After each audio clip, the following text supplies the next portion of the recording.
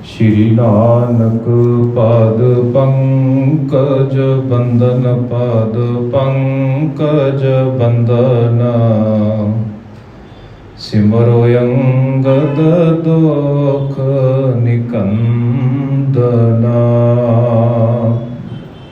अमरदास गुर हृदय त्यावो हृदय त्यावो। श्री गुरु रामदास गुण गावो। श्री अर्जन विघ्नन के नाशक विघ्नन के नाशक। हर गोबिंद शुभ सुमत प्रकाशक। श्री हर राय नमो कर जोरी नमो कर जोरी। गुरु हर कृष्ण मनाए बहोरी। तेग बहादुर परम कृपाला परम कृपाला। श्री गुरु गोबिंद सिंह विसाला। तरों तरा पर पुन पुन सीसा पुन पुन सीसा। बंदों बार बार जगदीसा। जिसमें अमृत ज्ञान है मानक भगत बैराग। श्री गुरु ग्रंथ साहिब उदद बंदों कर अनुराग। एक ओंकारा सतगुरु तेह प्रसाद सत होए। वाहिगुरु जी की फतेह विघ्न विनाशन सोए। वाहिगुरु जी की फतेह विघ्न विनाशन सोए। सजल बिलोचना सुते बिलोकी। भई प्रेम की उमंग अरोकी। जुग जुग अटल साहिब श्री गुरु ग्रंथ साहिब जी महाराज जी की पावन पवित्र हजूरी अंदर हाजरियां भर रहे अत सत्कारयोग सत्संगी जनों। दोवें हाथ जोड़ के फतेह प्रवान करो। आखो जी वाहिगुरु जी का खालसा वाहिगुरु जी की फतेह। सतगुरां जी की किरपा के सदका असीं पिछले दीवाना तो धन गुरु नानक साहिब जी महाराज जी के जीवन के बाबत जो कथा विचार है जिस नूं कवि संतोख सिंह जी चूड़ामणी जी ने अपनी कलम के नाल कलमबंद किया है। श्री गुरु प्रताप सूरज ग्रंथ के विचों श्री गुरु नानक प्रकाश के पूर्वराध अध्याय 15वें का प्रसंग सरवण कर रहे हैं। जिस दे विच असी इत्थों तक विचार सरवण कर चुके हैं कि धन गुरु नानक साहिब जी महाराज जिन्हों मेहता कालू जी खरा सौदा करन दे बाबत भेजते हैं। खरा सौदा करन तो बाद जो धन गुरु नानक साहिब जी महाराज नगर विच आउंदे ने तां नगर के बाहर एक तलाब दे विच जाके बैठ जाते हैं। जदों मेहता कालू जी नूं इस बाबत पता लगता कि भाई बाला जी घर दे विच पहुंच गए ने ते साडा पुत्र घर विच नहीं आउंदा, तां भाई बाला जी नूं सारा पुछया जांदा मेहता कालू जी द्वारा भी धन गुरु नानक साहिब जी महाराज जी नूं कित्थे छड्ड आए। भाई बाला जी के नाल विचार चर्चा होंदी जिस तरह धन गुरु नानक साहिब जी महाराज जी ने जिहड़ा खरा सौदा किया उस सारे का सारा वृतांत मेहता कालू जी नूं दसना करते हैं। ते मेहता कालू जी गुस्से दे विच आके अपने पुत्र नूं जिथे लभण जाते हैं तलाब के कोल जाके उत्थे जिथे धन गुरु नानक साहिब जी महाराज जी नूं गुस्से दे विच मंदा भी आखदे ने, बुरे कठिन शब्द भी आखदे ने। ਨਾਲ ਹੀ ਨਾਲ ਗੁੱਸੇ ਵਿੱਚ ਆਏ ਧੰਨ ਗੁਰੂ ਨਾਨਕ ਸਾਹਿਬ ਜੀ ਮਹਾਰਾਜ ਜੀ ਦੇ ਗਲ ਦੇ ਉੱਤੇ ਚਪੇੜਾ ਵੀ ਮਾਰਦੇ ਨੇ ਤੇ ਉਹਨਾਂ ਦੇ ਉੱਤੇ ਹੱਥ ਵੀ ਚੁੱਕਦੇ ਨੇ। ਨਗਰ ਦੇ ਲੋਕ ਸਾਰਾ ਕੁਝ ਦੇਖਣ ਦੇ ਲਈ ਉੱਥੇ ਪਹੁੰਚ ਜਾਂਦੇ ਨੇ। ਇੰਨੇ ਨੂੰ ਜਦੋਂ ਘਰੇ ਮਾਤਾ ਜੀ ਨੂੰ ਪਤਾ ਲੱਗਦਾ ਤਾਂ ਮਾਤਾ ਜੀ ਧੰਨ ਗੁਰੂ ਨਾਨਕ ਸਾਹਿਬ ਜੀ ਮਹਾਰਾਜ ਜੀ ਦੇ ਭੈਣ ਜੀ ਬੇਬੇ ਨਾਨਕੀ ਜੀ ਨੂੰ ਤੇ ਘਰ ਦੇ ਵਿੱਚ ਜਿੰਨੇ ਨੌਕਰ ਨੇ ਉਹਨਾਂ ਨੂੰ ਭੇਜਦੇ ਨੇ ਵੀ ਮਹਿਤਾ ਕਾਲੂ ਜੀ ਨੂੰ ਜਾ ਕੇ ਰੋਕਣਾ ਕਰੋ, ਉਹਨਾਂ ਦਾ ਸੁਭਾਅ ਬਹੁਤ ਗੁੱਸੇ ਵਾਲਾ ਹੈ। ਲੋਕਾਂ ਦੇ ਰੋਕਣ ਦੇ ਬਾਬਤ ਮਹਿਤਾ ਕਾਲੂ ਜੀ ਆਪਣੇ ਪੁੱਤਰ ਦੇ ਉੱਤੇ ਹੱਥ ਚੱਕਣਾ ਨਹੀਂ ਹਟਦੇ। ਇੰਨੇ ਨੂੰ ਜਦੋਂ ਬੇਬੇ ਨਾਨਕੀ ਜੀ ਦੇਖਦੇ ਨੇ, ਬੇਬੇ ਨਾਨਕੀ ਜੀ ਅਗਾਂਹ ਜਾ ਕੇ ਆਪਣੇ ਪਿਤਾ ਜੀ ਦਾ ਹੱਥ ਫੜਦੇ ਨੇ ਤੇ ਜਦੋਂ ਧੀ ਨੇ ਆਪਣੇ ਪਿਓ ਦਾ ਹੱਥ ਫੜਿਆ ਤਾਂ ਮਹਿਤਾ ਕਾਲੂ ਜੀ ਦੀ ਦੁਬਾਰਾ ਹਿੰਮਤ ਨਹੀਂ ਪਈ ਵੀ ਉਹ ਦੁਬਾਰਾ ਹੱਥ ਚੱਕ ਸਕਣ। ਇੰਨੇ ਨੂੰ ਲੋਕਾਂ ਨੇ ਵੀ ਮਹਿਤਾ ਕਾਲੂ ਜੀ ਨੂੰ ਸਮਝਾਉਣਾ ਕੀਤਾ। ਜਦੋਂ ਇਹ ਸਾਰਾ ਕੁਝ ਦੇਖਿਆ ਤਾਂ ਜਦੋਂ ਘਰੇ ਮਾਤਾ ਜੀ ਨੂੰ ਪਤਾ ਲੱਗਾ, ਸਾਰੇ ਲੋਕ ਹੌਲੀ ਹੌਲੀ ਨਗਰ ਵੱਲ ਨੂੰ ਵੱਧਦੇ ਨੇ। ਮਾਤਾ ਜੀ ਨੂੰ ਪਤਾ ਲੱਗਾ, ਆਪਣੇ ਪੁੱਤਰ ਦੇ ਗਲ ਦੇ ਉੱਤੇ ਨਿਸ਼ਾਨ ਦੇਖਦੇ ਨੇ ਤਾਂ ਪ੍ਰੇਮ ਦੇ ਵਿੱਚ ਮਾਤਾ ਜੀ ਦੇ ਅੱਖਾਂ ਦੇ ਵਿੱਚ ਹੰਝੂ ਆ ਜਾਂਦੇ ਨੇ। ਮਾਤਾ ਜੀ ਆਪਣੀਆਂ ਅੱਖਾਂ ਸੇਜਲ ਕਰ ਲੈਂਦੇ ਨੇ ਤੇ ਆਪਣੇ ਪੁੱਤਰ ਦੇ ਨਾਲ ਬਹੁਤ ਲਾਡ ਪਿਆਰ ਕਰਦੇ ਨੇ। ਇੱਥੋਂ ਤੱਕ ਦਾ ਪ੍ਰਸੰਗ ਪਿਛਲੇ ਦੀਵਾਨਾਂ ਦੇ ਵਿੱਚ ਸਰਵਣ ਕਰ ਚੁੱਕੇ ਹਾਂ। ਆਓ ਅਗਲੇ ਪ੍ਰਸੰਗ ਦੀ ਆਰੰਭ ਕਰਨ ਤੋਂ ਪਹਿਲਾਂ ਧੰਨ ਗੁਰੂ ਨਾਨਕ ਸਾਹਿਬ ਜੀ ਮਹਾਰਾਜ ਜੀ ਦੇ ਚਰਨਾਂ ਦੇ ਵਿੱਚ ਸੀਸ ਝੁਕਾਉਂਦਿਆਂ ਹੋਇਆਂ ਦੋਵੇਂ ਹੱਥ ਜੋੜ ਕੇ ਆਪਣੀ ਰਸਨਾ ਤੋਂ ਉਚਾਰਨ ਕਰੀਏ ਜੀ, ਧੰਨ ਧੰਨ ਸਾਹਿਬ ਸ੍ਰੀ ਗੁਰੂ ਨਾਨਕ ਸਾਹਿਬ ਜੀ ਮਹਾਰਾਜ, ਧੰਨ ਧੰਨ ਸਾਹਿਬ ਸ੍ਰੀ ਗੁਰੂ ਨਾਨਕ ਸਾਹਿਬ ਜੀ ਮਹਾਰਾਜ। ਸਜਲ ਬਿਲੋਚਨ ਸੁਤੇ ਬਿਲੋਕੀ, ਭਈ ਪ੍ਰੇਮ ਕੀ ਉਮੰਗ ਅਰੋਕੀ। ਜਿੱਥੇ ਮਾਤਾ ਜੀ ਨੇ ਆਪਣੇ ਪੁੱਤਰ ਦੀਆਂ ਅੱਖਾਂ ਹੰਝੂਆਂ ਦੇ ਨਾਲ ਭਰੀਆਂ ਵੇਖੀਆਂ ਨੇ, ਉਹਨਾਂ ਭਰੀਆਂ ਹੋਈਆਂ ਅੱਖਾਂ ਨੂੰ ਮਾਤਾ ਜੀ ਜਿੱਥੇ ਸਾਫ਼ ਕਰਦੇ ਨੇ, ਆਪਣੇ ਪੁੱਤਰ ਦੇ ਹੰਝੂ ਪੂੰਝਦੇ ਨੇ, ਨਾਲ ਹੀ ਨਾਲ ਕਹਿੰਦੇ ਮਾਤਾ ਜੀ ਦੇ ਮਨ ਦੇ ਵਿੱਚ ਵੀ ਜਿਹੜਾ ਪ੍ਰੇਮ ਨਾ ਰੁਕਣ ਵਾਲਾ ਜਿਹੜਾ ਉਛਾਲਾ ਹੈ ਨਾ, ਮਾਤਾ ਜੀ ਦੇ ਮਨ ਦੇ ਵਿੱਚ ਵੀ ਪ੍ਰੇਮ ਵਿਰਾਗ ਪੈਦਾ ਹੁੰਦਾ ਹੈ। ਕੰਠ ਲਗਾਏ ਨੈਣ ਭਰ ਆਏ, ਅਸਰ ਸੰਗ ਸੁਤ ਅੰਗ ਬਿਕਾਏ। ਤੇ ਹੁਣ ਮਾਤਾ ਜੀ ਜਿੱਥੇ ਆਪਣੇ ਪੁੱਤਰ ਨੂੰ ਪ੍ਰੇਮ ਕਰਦੇ ਨੇ, ਮਨ ਦੇ ਵਿੱਚ ਵਿਰਾਗ ਵੀ ਹੈ ਤੇ ਆਪਣੇ ਪੁੱਤਰ ਨੂੰ ਗਲੇ ਦੇ ਨਾਲ ਲਗਾ ਕੇ, ਕੰਠ ਦੇ ਨਾਲ ਲਗਾ ਕੇ ਜਿੱਥੇ ਪਿਆਰ ਕਰਦੇ ਨੇ, ਉੱਥੇ ਨਾਲ ਹੀ ਨਾਲ ਕਹਿੰਦੇ ਮਾਤਾ ਜੀ ਨੇ ਵੀ ਅੱਖਾਂ ਜਿਹੜੀਆਂ ਨੇ ਉਹ ਹੰਝੂਆਂ ਨਾਲ ਭਰੀਆਂ ਨੇ। ਇੰਨੇ ਕਿ ਹੰਝੂ ਮਾਤਾ ਜੀ ਦੀਆਂ ਅੱਖਾਂ ਦੇ ਵਿੱਚੋਂ ਗਿਰਦੇ ਨੇ ਤੇ ਉਹਨਾਂ ਹੰਝੂਆਂ ਦੇ ਨਾਲ ਜਿਹੜੇ ਪੁੱਤਰ ਦੇ ਅੰਗ ਨੇ, ਪੁੱਤਰ ਦਾ ਜਿਹੜਾ ਸਰੀਰ ਹੈ ਉਹ ਹੰਝੂਆਂ ਦੇ ਨਾਲ ਗਿੱਲਾ ਹੋ ਜਾਂਦਾ ਹੈ। ਆਨ ਸਦਨ ਮੈਂ ਬਦਨ ਨਿਹਾਰੀ, ਪਹੁੰਚਤ ਚਾਰ ਬਿਲੋਚਨ ਬਾਰੀ। ਤੇ ਕਹਿੰਦੇ ਘਰ ਵਿੱਚ ਆ ਕੇ ਉਹਨਾਂ ਨੇ ਆਪਣੇ ਪੁੱਤਰ ਦਾ ਜਿਹੜਾ ਸੀ ਉਹ ਬਦਨ ਦੇਖਿਆ। ਪਹੁੰਚਤ ਚਾਰ ਬਿਲੋਚਨ ਬਾਰੀ, ਤੇ ਸੁੰਦਰ ਬਦਨ ਨੂੰ ਪਹੁੰਚਦਿਆਂ ਉਹਨਾਂ ਦੀਆਂ ਅੱਖਾਂ ਵੀ ਜਿਹੜੀਆਂ ਸੀ ਉਹ ਤਰ ਹੋ ਗਈਆਂ। ਉਹਨਾਂ ਦੀਆਂ ਅੱਖਾਂ ਦੇ ਵਿੱਚ ਕੋਈ ਜਲ ਵਹਿ ਗਿਆ। ਸੁਤ ਨਾ ਕਰੋ ਕਾਰਜ ਅਬ ਕੋ, ਵਿਚਰੋ ਪੁਰ ਮੈਂ ਸਵੇਸ਼ਾ ਹੋ। ਤੇ ਆਪਣੇ ਪੁੱਤਰ ਨੂੰ ਜਿੱਥੇ ਲਾਡ ਪਿਆਰ ਕਰਦੇ ਨੇ, ਜਿੱਥੇ ਉਹਨਾਂ ਦੀਆਂ ਅੱਖਾਂ ਸਾਫ਼ ਕਰਦੇ ਨੇ, ਆਪਣੀਆਂ ਅੱਖਾਂ ਦੇ ਵਿੱਚ ਵੀ ਹੰਝੂ ਆ ਜਾਂਦੇ ਨੇ, ਮਨ ਦੇ ਵਿੱਚ ਵਿਰਾਗ ਪੈਦਾ ਹੁੰਦਾ ਆਪਣੇ ਪੁੱਤਰ ਦੇ ਪ੍ਰਤੀ।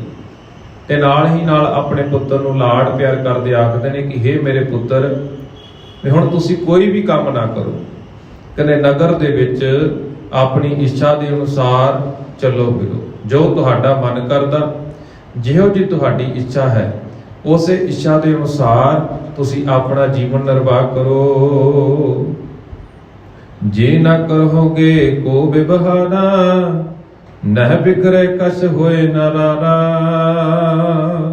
ਤੇ ਕਹਿੰਦੇ ਜੇਕਰ ਤੁਸੀਂ ਨਗਰ ਦੇ ਵਿੱਚ ਵਿਚਰਦੇ ਹੋਏ, ਆਪਣਾ ਜੀਵਨ ਨਿਰਵਾਹ ਕਰਦੇ ਹੋਏ ਇਸੇ ਤਰ੍ਹਾਂ ਵੀ ਰਹੋਗੇ ਬਿਨਾਂ ਕੰਮ ਕੀਤੇ, ਤਾਂ ਕਹਿੰਦੇ ਵੀ ਤਾਂ ਵੀ ਸਾਡੇ ਘਰ ਦਾ ਗੁਜ਼ਾਰਾ ਵਧੀਆ ਤਰੀਕੇ ਦੇ ਨਾਲ ਚੱਲ ਪਵੇਗਾ। ਜੇਕਰ ਤੁਸੀਂ ਕੋਈ ਕੰਮ ਵੀ ਨਾ ਕਰੋਗੇ ਨਾ, ਤਾਂ ਨਾ ਹੀ ਕੋਈ ਕੰਮ ਵਿਗੜੇਗਾ ਤੇ ਨਾ ਹੀ ਕਿਸੇ ਵੀ ਤਰ੍ਹਾਂ ਦਾ ਜਿਹੜਾ ਸੀ ਉਹ ਝਗੜਾ ਖੜਾ ਹੋਵੇਗਾ। ਸਦਨ ਦੀਨ ਸੁਖ ਸਰਬ ਵਿਧਾਤਾ, ਬੈਠੇ ਸਦਾ ਰਹੋ ਰੰਗ ਰਾਤਾ। ਤੇ ਆਪਣੇ ਪੁੱਤਰ ਨੂੰ ਪਿਆਰ ਕਰਦੇ ਕਰਦੇ ਸਮਝਾਉਂਦੇ ਨੇ ਤੇ ਕਹਿੰਦੇ ਵੀ ਸਾਡੇ ਘਰ ਦੇ ਵਿੱਚ ਪ੍ਰਮਾਤਮਾ ਨੇ, ਉਸ ਵਾਹਿਗੁਰੂ ਨੇ ਹਰੇਕ ਤਰ੍ਹਾਂ ਦਾ ਸੁੱਖ ਆਨੰਦ ਜਿਹੜਾ ਹੈ ਉਹ ਪ੍ਰਦਾਨ ਕੀਤਾ ਹੈ। ਸਾਨੂੰ ਸਾਰੀਆਂ ਸੁੱਖਾਂ ਦੀਆਂ ਦਾਤਾਂ ਅਕਾਲ ਪੁਰਖ ਪ੍ਰਭੂ ਪਰਮਾਤਮਾ ਨੇ ਦਿੱਤੀਆਂ ਨੇ ਤੇ ਕਹਿੰਦੇ ਸਦਾ ਹੀ ਤੁਸੀਂ ਆਪਣੇ ਰੰਗ ਦੇ ਵਿੱਚ ਰਤੇ ਰਹੋ, ਤੁਹਾਨੂੰ ਕਿਸੇ ਵੀ ਪ੍ਰਕਾਰ ਦਾ ਕੰਮ ਕਰਨ ਦੀ ਲੋੜ ਨਹੀਂ ਹੈ। ਕੇਤਕ ਮਾਨਵ ਦੇਖਣ ਹਾਰੇ, ਜਸ ਪਦ ਗਏ ਰਾਏ ਕੇ ਦੁਆਰੇ। ਕਹਿੰਦੇ ਕੁਝ ਲੋਕ ਜਿਨ੍ਹਾਂ ਨੇ ਧੰਨ ਗੁਰੂ ਨਾਨਕ ਸਾਹਿਬ ਜੀ ਮਹਾਰਾਜ ਜੀ ਨੂੰ ਅਤੇ ਮਹਿਤਾ ਕਾਲੂ ਜੀ ਨੂੰ ਆਪਣੀ ਅੱਖਾਂ ਦੇ ਨਾਲ ਦੇਖਿਆ ਸੀ ਕਿ ਕਿਸ ਤਰ੍ਹਾਂ ਇੱਕ ਪਿਓ ਆਪਣੇ ਪੁੱਤਰ ਦੇ ਉੱਤੇ ਹੱਥ ਚੁੱਕਦਾ ਹੈ, ਜਿਨ੍ਹਾਂ ਲੋਕਾਂ ਨੇ ਇਹ ਸਾਰਾ ਵਰਤਾਂਤ ਆਪਣੀ ਅੱਖੀਂ ਦੇਖਿਆ ਸੀ, ਕਹਿੰਦੇ ਛੇਤੀ ਦਿਨਾਂ ਉਹ ਸਾਰੇ ਲੋਕ ਰਾਏ ਬੁਲਾਰ ਦੇ ਕੋਲ ਜਾ ਕੇ ਬੈਠ ਜਾਂਦੇ ਨੇ। ਜਹ ਪੈਸਿਓ ਨਿਜ ਸਭਾ ਲਗਾਈ, ਤਹਾਂ ਜਾਏ ਸਭ ਬਾਤ ਸੁਣਾਈ। ਤੇ ਕਹਿੰਦੇ ਜਿੱਥੇ ਰਾਏ ਬੁਲਾਰ ਜੀ ਨੇ ਆਪਣਾ ਦਰਬਾਰ ਸਜਾਇਆ ਹੋਇਆ, ਜਿੱਥੇ ਰਾਏ ਬੁਲਾਰ ਜੀ ਨੇ ਆਪਣੀ ਨਿੱਜੀ ਸਭਾ ਲਾਈ ਹੋਈ ਹੈ, ਤੇ ਕਹਿੰਦੇ ਉਹਨਾਂ ਨੇ ਉੱਥੇ ਜਾ ਕੇ ਉਹਨਾਂ ਲੋਕਾਂ ਨੇ ਰਾਏ ਬੁਲਾਰ ਜੀ ਨੂੰ ਉੱਥੇ ਜਾ ਕੇ ਸਾਰੀ ਕਹਾਣੀ ਜਿਹੜੀ ਉਹ ਦੱਸੀ। ਉਹ ਸਾਰੀ ਕਹਾਣੀ ਉਹ ਲੋਕ ਰਾਏ ਬੁਲਾਰ ਜੀ ਦੇ ਸਨਮੁਖ ਹੋ ਕੇ ਸੁਣਾਉਣਾ ਕਰਦੇ ਨੇ। 20 ਰਜਤ ਪਨ ਕਾਲੂ ਨੰਦਨ, ਦੀਨੇ ਸੰਤਨ ਕੋ ਕਰ ਬੰਦਨ। ਤੇ ਕਹਿੰਦੇ ਕਾਲੂ ਜੀ ਨੇ ਆਪਣੇ ਪੁੱਤਰ ਨੂੰ 20 ਰਜਤ ਪਨ ਦਿੱਤੇ ਸਨ ਕਿ ਜਾ ਕੇ ਖਰਾ ਸੌਦਾ ਕਰ ਆਵੋ, ਇਹੋ ਜਿਹਾ ਸੌਦਾ ਕਰੋ ਜਿਹਦੇ ਨਾਲ ਤੁਹਾਡੇ ਜੀਵਨ ਦੇ ਵਿੱਚ ਲਾਭ ਹੋਵੇ, ਭਾਵ ਲਾਭਦਾਇਕ ਸੌਦਾ ਖੱਟ ਕੇ ਆਓ। ਤੇ ਕਹਿੰਦੇ ਕਾਲੂ ਜੀ ਨੇ ਆਪਣੇ ਪੁੱਤਰ ਨੂੰ 20 ਰਜਤ ਪਣ ਦਿੱਤੇ ਸਨ ਤੇ ਉਹਨਾਂ ਦੇ ਪੁੱਤਰ ਨੇ ਉਹਨਾਂ 20 ਰਜਤ ਪਣਾਂ ਦਾ 20 ਰੁਪਇਆਂ ਦਾ ਸੰਤਾਂ ਨੂੰ ਜਿਹੜਾ ਸੀ ਉਹ ਭੋਜਨ ਛਕਾ ਦਿੱਤਾ। ਉਹ 20 ਦੇ 20 ਰੁਪਏ ਸੰਤਾਂ ਨੂੰ ਦੇ ਦਿੱਤੇ ਨੇ। ਦਇਆ ਯੁਕਤ ਜੇ ਮਿਰਦਲ ਸੁਭਾਉ, ਨਗਰ ਸ਼ੁਦਾ ਤਰ ਪਿਖ ਨ ਸਕਾਉ। ਤੇ ਕਹਿੰਦੇ ਉਹ ਲੋਕ ਰਾਏ ਬੁਲਾਰ ਜੀ ਨੂੰ ਆਖਦੇ ਨੇ ਕਿ ਕਹਿੰਦੇ ਜਿਵੇਂ ਤੁਸੀਂ ਮਹਿਤਾ ਕਾਲੂ ਜੀ ਦੇ ਪੁੱਤਰ ਦਾ ਸੁਭਾਅ ਜਾਣਦੇ ਹੋ ਕਿ ਬੜੇ ਦਿਆਲੂ ਨੇ, ਬੜੇ ਕਿਰਪਾਲੂ ਨੇ, ਕਹਿੰਦੇ ਉਹਨਾਂ ਨੇ ਆਪਣੇ ਸੁਭਾਅ ਦੇ ਅਨੁਸਾਰ ਆਪਣੀ ਦਿਆਲਤਾ ਦਿਖਾਉਂਦਿਆਂ ਹੋਇਆਂ ਉਹ ਜਿਹੜੇ ਸੰਤ ਜਨ ਸਨ ਉਹਨਾਂ ਸੰਤਾਂ ਨੂੰ ਜਿੱਥੇ ਭੋਜਨ ਛਕਾਉਣਾ ਕੀਤਾ, ਨਾਲ ਹੀ ਨਾਲ ਜਿਨ੍ਹਾਂ ਨੇ ਆਪਣੇ ਤਨ ਦੇ ਉੱਤੇ ਬਸਤਰ ਨਹੀਂ ਪਹਿਨੇ ਹੋਏ ਸਨ ਉਹਨਾਂ ਦੇ ਬਸਤਰਾਂ ਦਾ ਵੀ ਪ੍ਰਬੰਧ ਕੀਤਾ ਹੈ। ਕਾਲੂ ਹਟਨੇ ਚਪੇਟਨ ਜੋਰਾ, ਅਤ ਤਰਾਸਤ ਜਿਹ ਤਰਸ ਨ ਥੋਰਾ। ਤੇ ਕਹਿੰਦੇ ਬਾਬਾ ਕਾਲੂ ਜੀ ਨੇ ਆਪਣੇ ਪੁੱਤਰ ਦੇ ਇਸ ਕਾਰਜ ਦੇ ਉੱਤੇ ਗੁੱਸਾ ਦਿਖਾਉਂਦਿਆਂ ਹੋਇਆਂ ਆਪਣੇ ਪੁੱਤਰ ਦੇ ਉੱਤੇ ਹੱਥ ਚੱਕੇ ਨੇ ਤੇ ਕਹਿੰਦੇ ਉਹਨਾਂ ਦੇ ਗਲ ਦੇ ਉੱਤੇ ਚਪੇੜਾਂ ਵੀ ਮਾਰੀਆਂ, ਬਹੁਤ ਡਰਾਇਆ ਤੇ ਉਹਨਾਂ ਨੂੰ ਦੁਖੀ ਕੀਤਾ ਹੈ। ਸੁਨਤ ਕਾਣ ਇਵ ਰਾਹੇ ਬੁਲਾਰਾ, ਸ਼੍ਰੀ ਨਾਨਕ ਜਿਹ ਕੋ ਬਹੁ ਪਿਆਰਾ। ਹੁਣ ਰਾਏ ਬੁਲਾਰ ਜੀ ਨੇ ਜਦੋਂ ਇਹ ਸਾਰੀ ਕਹਾਣੀ ਸੁਣੀ, ਸਾਰੀ ਵਿਚਾਰ ਚਰਚਾ ਉਹਨਾਂ ਲੋਕਾਂ ਦੇ ਕੋਲੋਂ ਸੁਣੀ। ਹੁਣ ਰਾਏ ਬੁਲਾਰ ਦਾ ਤਾਂ ਧੰਨ ਗੁਰੂ ਨਾਨਕ ਸਾਹਿਬ ਜੀ ਮਹਾਰਾਜ ਜੀ ਦੇ ਪ੍ਰਤੀ ਜਿੱਥੇ ਅਦਬ ਸਤਿਕਾਰ ਹੈ, ਉੱਥੇ ਰਾਏ ਬੁਲਾਰ ਜੀ ਧੰਨ ਗੁਰੂ ਨਾਨਕ ਸਾਹਿਬ ਜੀ ਮਹਾਰਾਜ ਜੀ ਨੂੰ ਬਹੁਤ ਪ੍ਰੇਮ ਪਿਆਰ ਕਰਦੇ ਨੇ। ਹੁਣ ਜੇਕਰ ਸਾਡਾ ਕਿਸੇ ਦੇ ਨਾਲ ਲਗਾਵ ਹੋਵੇ ਨਾ, ਸਾਡਾ ਕਿਸੇ ਦੇ ਨਾਲ ਪਿਆਰ ਹੋਵੇ, ਕਿਸੇ ਵੀ ਤਰ੍ਹਾਂ ਦੇ ਨਾਲ ਰਿਸ਼ਤਾ ਜੁੜਿਆ ਹੋਵੇ, ਕੋਈ ਵੀ ਦੂਸਰਾ ਆਦਮੀ ਜੇਕਰ ਉਹਨੂੰ ਕੁਝ ਵੀ ਮੰਦਾ ਚੰਗਾ ਆਖਦਾ ਹੈ ਤਾਂ ਸਾਡੇ ਮਨ ਨੂੰ ਕਿਤੇ ਨਾ ਕਿਤੇ ਠੇਸ ਪਹੁੰਚਦੀ ਹੈ ਕਿ ਭਾਈ ਇਸ ਆਦਮੀ ਨੇ ਮੇਰੇ ਪਿਆਰੇ ਦੋਸਤ ਨੂੰ, ਮੇਰੇ ਪਿਆਰੇ ਮਿੱਤਰ ਨੂੰ ਕਿਉਂ ਬੁਰਾ ਆਖਿਆ। ਇਸੇ ਤਰ੍ਹਾਂ ਹੁਣ ਰਾਏ ਬੁਲਾਰ ਜੀ ਦੇ ਮਨ ਦੇ ਵਿੱਚ ਜਿੱਥੇ ਸ਼ਰਧਾ ਭਾਵਨਾ ਵੀ ਅਥਾਹ ਹੈ, ਉੱਥੇ ਧੰਨ ਗੁਰੂ ਨਾਨਕ ਸਾਹਿਬ ਜੀ ਮਹਾਰਾਜ ਜੀ ਦੇ ਪ੍ਰਤੀ ਪ੍ਰੇਮ ਭਾਵਨਾ ਵੀ ਹੈ। ਤੇ ਇਸੇ ਕਰਕੇ ਹੁਣ ਜਿਹੜਾ ਉਹ ਲੋਕਾਂ ਨੇ ਸਾਰਾ ਕੁਝ ਆਖਿਆ ਤੇ ਉਹ ਰਾਏ ਬੁਲਾਰ ਜੀ ਨੇ ਜਦੋਂ ਸੁਣਨਾ ਕੀਤਾ ਹੈ। ਪ੍ਰੀਤ ਸੰਗ ਹਿਰਦਾ ਭਰਪੂਰਨ, ਦਾਸ ਬੁਲਾਏ ਪਠਾਇਓ ਤੂਰਨ। ਤੇ ਕਹਿੰਦੇ ਉਹਨਾਂ ਦਾ ਹਿਰਦਾ ਕਹਿੰਦੇ ਪ੍ਰੀਤ ਦੇ ਵਿੱਚ ਭਰਪੂਰਨ ਹੋ ਗਿਆ, ਉਹਨਾਂ ਦੇ ਹਿਰਦੇ ਦੇ ਵਿੱਚ ਹੋਰ ਪ੍ਰੇਮ ਦਾ ਉਛਾਲਾ ਜਿਹੜਾ ਆ ਗਿਆ। ਪ੍ਰੇਮ ਜਿਹੜਾ ਉਹਨਾਂ ਦੇ ਮਨ ਦੇ ਵਿੱਚ, ਹਿਰਦੇ ਦੇ ਵਿੱਚ ਪੈਦਾ ਹੁੰਦਾ ਹੈ। ਤੇ ਇਸੇ ਕਾਰਨ ਹੁਣ ਰਾਏ ਬੁਲਾਰ ਜੀ ਨੇ ਇੱਕ ਤੁਰੰਤ ਹੀ ਆਪਣੇ ਨੌਕਰ ਨੂੰ ਬੁਲਾਉਣਾ ਕੀਤਾ, ਛੇਤੀ ਦਿਨ ਆਪਣੇ ਨੌਕਰ ਨੂੰ ਕੋਲ ਬੁਲਾਇਆ ਹੈ। ਕਮਲ ਨੈਣ ਅਨ ਮੁਝ ਐਨਾ, ਕਾਲੂ ਸਹਿਤ ਜਿਸੇ ਹਰ ਪਹਿਨਾ। ਤੇ ਉਸ ਨੌਕਰ ਨੂੰ ਰਾਏ ਗੁਲਾਰ ਜੀ ਹੁਕਮ ਕਰਦੇ ਨੇ, ਆਦੇਸ਼ ਕਰਦੇ ਨੇ, ਕਹਿੰਦੇ ਜਿਹੜੇ ਕਮਲ ਦੇ ਨੈਣਾ ਵਰਗੇ ਧੰਨ ਗੁਰੂ ਨਾਨਕ ਸਾਹਿਬ ਜੀ ਮਹਾਰਾਜ ਜੀ ਨੇ ਨਾ, ਛੇਤੀ ਦੇ ਨਾਲ ਉਹਨਾਂ ਨੂੰ ਮੇਰੇ ਘਰ ਦੇ ਵਿੱਚ ਲੈ ਕੇ ਆਓ, ਛੇਤੀ ਦੇ ਨਾਲ ਉਹਨਾਂ ਨੂੰ ਬੁਲਾ ਕੇ ਲੈ ਕੇ ਆਓ। ਕਹਿੰਦੇ ਨਾਲ ਹੀ ਨਾਲ ਉਹਨਾਂ ਦੇ ਪਿਤਾ ਨੂੰ ਕਾਲੂ ਜੀ ਨੂੰ ਵੀ ਇੱਥੇ ਬੁਲਾਉਣਾ ਕਰੋ, ਜਿਨ੍ਹਾਂ ਨੂੰ ਕਹਿੰਦੇ ਹਰੀ ਪਰਮਾਤਮਾ ਦਾ ਕਿਸੇ ਵੀ ਤਰ੍ਹਾਂ ਦਾ ਕੋਈ ਡਰ ਨਹੀਂ ਹੈ। ਅਸ ਕਹਿ ਕ੍ਰੋਧ ਅਦਕ ਮਨ ਸ਼ਾਵਾ, ਬਰਕਤ ਅਤਰ ਹਿਰਦੈ ਦੁਖ ਪਾਵਾ। ਇਹ ਕਹਿ ਕੇ ਕਹਿੰਦੇ ਉਸ ਦੇ ਮਨ ਦੇ ਵਿੱਚ ਵੀ ਬੜਾ ਕ੍ਰੋਧ ਭਰ ਗਿਆ। ਮਹਿਤਾ ਕਾਲੂ ਜੀ ਦੇ ਪ੍ਰਤੀ ਰਾਏ ਗੁਲਾਬ ਜੀ ਦੇ ਮਨ ਦੇ ਵਿੱਚ ਵੀ ਬਹੁਤ ਕ੍ਰੋਧ ਭਰ ਗਿਆ, ਤੇ ਨਾਲ ਹੀ ਨਾਲ ਮਨ ਦੇ ਵਿੱਚ ਬੜੇ ਦੁੱਖ ਵੀ ਨੇ, ਦੁਖੀ ਹੋਏ ਨੇ, ਆਪਣੇ ਹਿਰਦੇ ਦੇ ਵਿੱਚ ਕਹਿੰਦੇ ਬੜਾ ਦੁੱਖ ਪ੍ਰਾਪਤ ਕੀਤਾ। ਨਾਲ ਹੀ ਨਾਲ ਕਹਿੰਦੇ ਜਿਹੜੇ ਉਹਨਾਂ ਦੇ ਬੁੱਲ ਨੇ ਉਹ ਵੀ ਕਹਿੰਦੇ ਫੜਕਣ ਲੱਗ ਪਏ ਨੇ। ਹੁਣ ਉਹਨਾਂ ਦੇ ਬੁੱਲਣ ਦੀ ਜਿਹੜੀ ਕੰਬਣੀ ਛਿੜ ਗਈ ਹੈ, ਤੇ ਮਨ ਦੇ ਵਿੱਚ ਉਹਨਾਂ ਦੇ ਵੀ ਬਹੁਤ ਦੁੱਖ ਪੈਦਾ ਹੋਇਆ ਹੈ। ਸ਼ੀਤਲ ਸਵਾਸ ਲੇਤ ਬਹੁ ਬਾਰੀ, ਮਮਪੁਰ ਹੋਤ ਅਵਗਿਆ ਭਾਰੀ। ਬਹੁਤ ਵਾਰੀ ਕਹਿੰਦੇ ਰਾਏ ਗੁਲਾਰ ਔਖੇ ਔਖੇ ਸਾਹ ਲੈਂਦੇ ਸਨ, ਨਾਲ ਹੀ ਸੋਚਦੇ ਨੇ ਤੇ ਕਹਿੰਦੇ ਆਖਦੇ ਨੇ ਕਿ ਮੇਰੇ ਤੋਂ ਬਹੁਤ ਵੱਡੀ ਕਹਿੰਦੇ ਭੁੱਲ ਹੋ ਗਈ ਹੈ।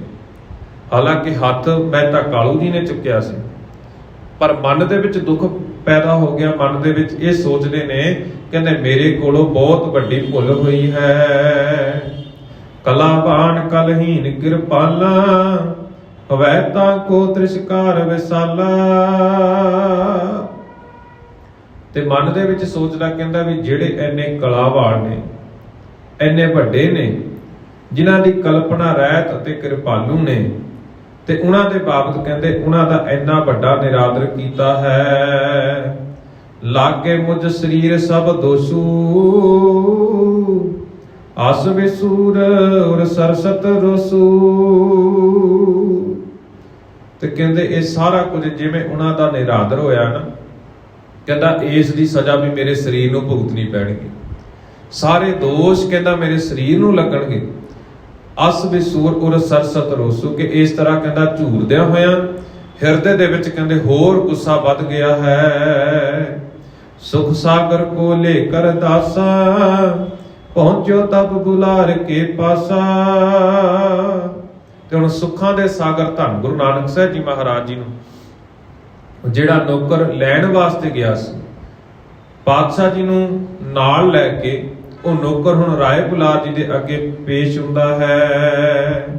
ਪ੍ਰੇਮ ਰੂਪ ਪੂਰਨ ਉਰਬਾਰਾ, ਲੋਚਨ ਦਰ ਜਨ ਛੁਟਿਓ ਪੁਹਾਰਾ।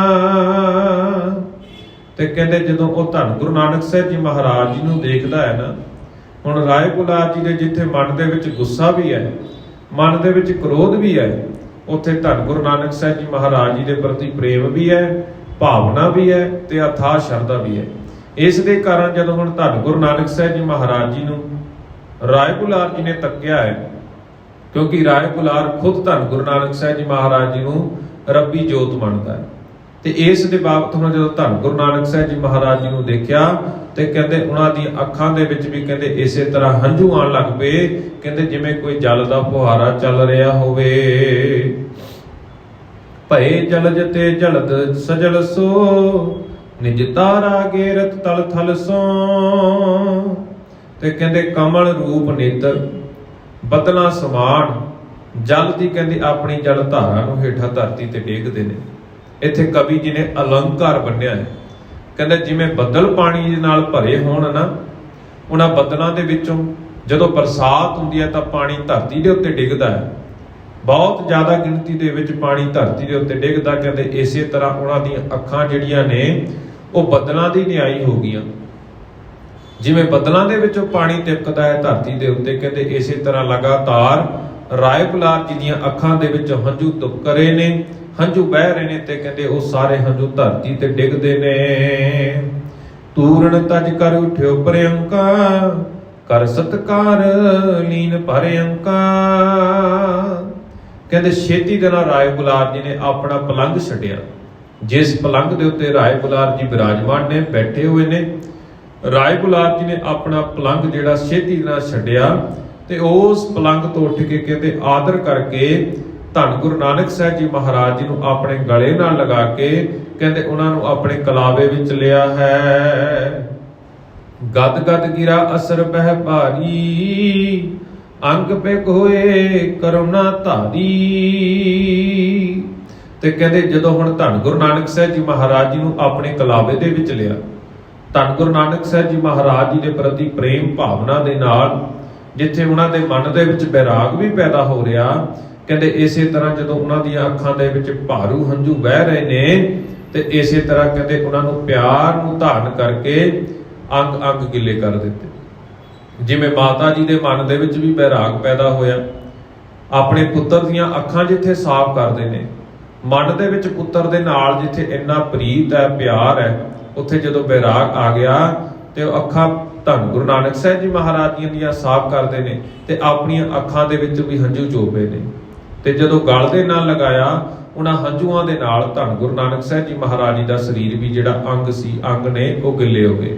ਇਸੇ ਤਰ੍ਹਾਂ ਹੁਣ ਰਾਏ ਗੁਲਾਰ ਜੀ ਨੇ ਜਦੋਂ ਧੰਨ ਗੁਰੂ ਨਾਨਕ ਸਾਹਿਬ ਜੀ ਮਹਾਰਾਜ ਜੀ ਨੂੰ ਦੇਖਣਾ ਕੀਤਾ ਤਾਂ ਉਹਨਾਂ ਨੂੰ ਆਪਣੇ ਗਲ ਨਾਲ ਲਗਾਇਆ ਤੇ ਰਾਏ ਗੁਲਾਰ ਜੀ ਦੀਆਂ ਅੱਖਾਂ ਦੇ ਵਿੱਚ ਜਿਹੜੇ ਹੰਝੂ ਟਪਕਦੇ ਨੇ ਤੇ ਉਹ ਸਾਰੇ ਦੇ ਸਾਰੇ ਹੰਝੂ ਧੰਨ ਗੁਰੂ ਨਾਨਕ ਸਾਹਿਬ ਜੀ ਮਹਾਰਾਜ ਜੀ ਦੇ ਸਰੀਰ ਉੱਤੇ ਡਿੱਗਦੇ ਨੇ ਤੇ ਉਹਨਾਂ ਦਾ ਜਿਹੜੇ ਸਰੀਰ ਹੈ ਉਹ ਗਿੱਲਾ ਹੋ ਜਾਂਦਾ ਹੈ। ਬੋਲਣ ਚਹਿਤ ਨ ਆਵਤ ਬਾਨੀ, ਮਹਾ ਮੋਹ ਮੈਂ ਮਤ ਲਪਟਾਨੀ। ਤੇ ਕਹਿੰਦੇ ਰਾਏ ਗੁਲਾਰ ਜੀ ਦਾ ਮਨ ਤਾਂ ਬਹੁਤ ਕਰਦਾ ਵੀ ਮੈਂ ਕੁਝ ਬੋਲਾਂ। ਰਾਏ ਗੁਲਾਰ ਜੀ ਬੋਲਣਾ ਤਾਂ ਚਾਹੁੰਦੇ ਸੀ ਤੇ ਕਹਿੰਦੇ ਮਨ ਦੇ ਵਿੱਚ ਇੰਨਾ ਬੈਰਾਗ ਪੈਦਾ ਹੋ ਗਿਆ ਤੇ ਉਸ ਬੈਰਾਗ ਦੇ ਕਾਰਨ ਰਾਏ ਗੁਲਾਰ ਜੀ ਦੇ ਜ਼ੁਬਾਨ ਦੇ ਵਿੱਚੋਂ ਇੱਕ ਸ਼ਬਦ ਵੀ ਨਹੀਂ ਨਿਕਲੇ। ਤੇ ਬਸ ਉਹਨਾਂ ਦੇ ਮਨ ਦੇ ਵਿੱਚ ਇਹੀ ਸੀ ਕਿ ਜਿੱਥੇ ਮਹਿਤਾ ਕਾਲੂ ਜੀ ਨੇ ਇਹਨਾਂ ਦੇ ਉੱਤੇ ਹੱਥ ਚੁੱਕਿਆ ਨਾ, ਜਿੰਨਾ ਵੀ ਪਿਆਰ ਮੈਂ ਇਹਨਾਂ ਨੂੰ ਆਪਣੇ ਕਲਾਵੇ ਦੇ ਵਿੱਚ ਲੈ ਕੇ ਦੇ ਸਕਾਂ ਉਨਾ ਪਿਆਰ ਥੋੜਾ ਹੈ।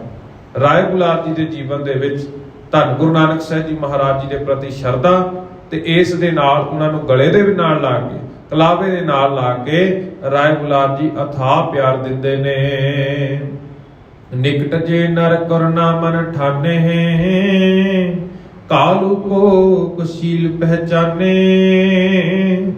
ਤੇ ਕਹਿੰਦੇ ਕੋਲ ਬੈਠਾ ਜੇ ਕੋਈ ਵਿਅਕਤੀ ਧੰਨ ਗੁਰੂ ਨਾਨਕ ਸਾਹਿਬ ਜੀ ਮਹਾਰਾਜ ਜੀ ਦੇ ਪ੍ਰਤੀ ਜਿੱਥੇ ਪਿਆਰ ਲਿਆਉਂਦਾ ਹੈ ਨਾ, ਜਿਹੜੀ ਸਭਾ ਰਾਏ ਗੁਲਾਰ ਜੀ ਦੀ ਲੱਗੀ ਹੋਈ, ਉਸ ਸਭਾ ਦੇ ਵਿੱਚ ਜਿੰਨੇ ਵੀ ਲੋਕ ਬੈਠੇ ਨੇ ਜਿਹੜੇ ਧੰਨ ਗੁਰੂ ਨਾਨਕ ਸਾਹਿਬ ਜੀ ਮਹਾਰਾਜ ਜੀ ਦੇ ਪ੍ਰਤੀ ਮਨ ਦੇ ਵਿੱਚ ਪ੍ਰੇਮ ਪੈਦਾ ਕਰਦੇ ਨੇ, ਮਨ ਦੇ ਵਿੱਚ ਪਿਆਰ ਵਾਲੀ ਭਾਵਨਾ ਧਾਰਨ ਕਰਦੇ ਨੇ, ਉੱਥੇ ਨਾਲ ਹੀ ਨਾਲ ਕਹਿੰਦੇ ਕਾਲੂ ਜੀ ਨੂੰ ਦੇਖ ਕੇ ਉਹਨਾਂ ਦੇ ਮਨ ਦੇ ਵਿੱਚ ਜਿਹੜੇ ਨੇ ਉਹ ਕਠੋਰ ਸੁਭਾਅ ਵੀ ਪੈਦਾ ਹੋ ਰਿਹਾ ਵੀ ਆਪਣੇ ਪੁੱਤਰ ਦੇ ਪ੍ਰਤੀ ਇੰਨੇ ਨਿਰਦਈ ਹੋ ਗਏ ਕਿ ਆਪਣੇ ਪੁੱਤਰ ਦੇ ਉੱਤੇ ਹੱਥ ਚੁੱਕਿਆ, ਕਿਉਂਕਿ ਗੱਲਾਂ ਦੇ ਉੱਤੇ ਨਿਸ਼ਾਨ ਸਨ।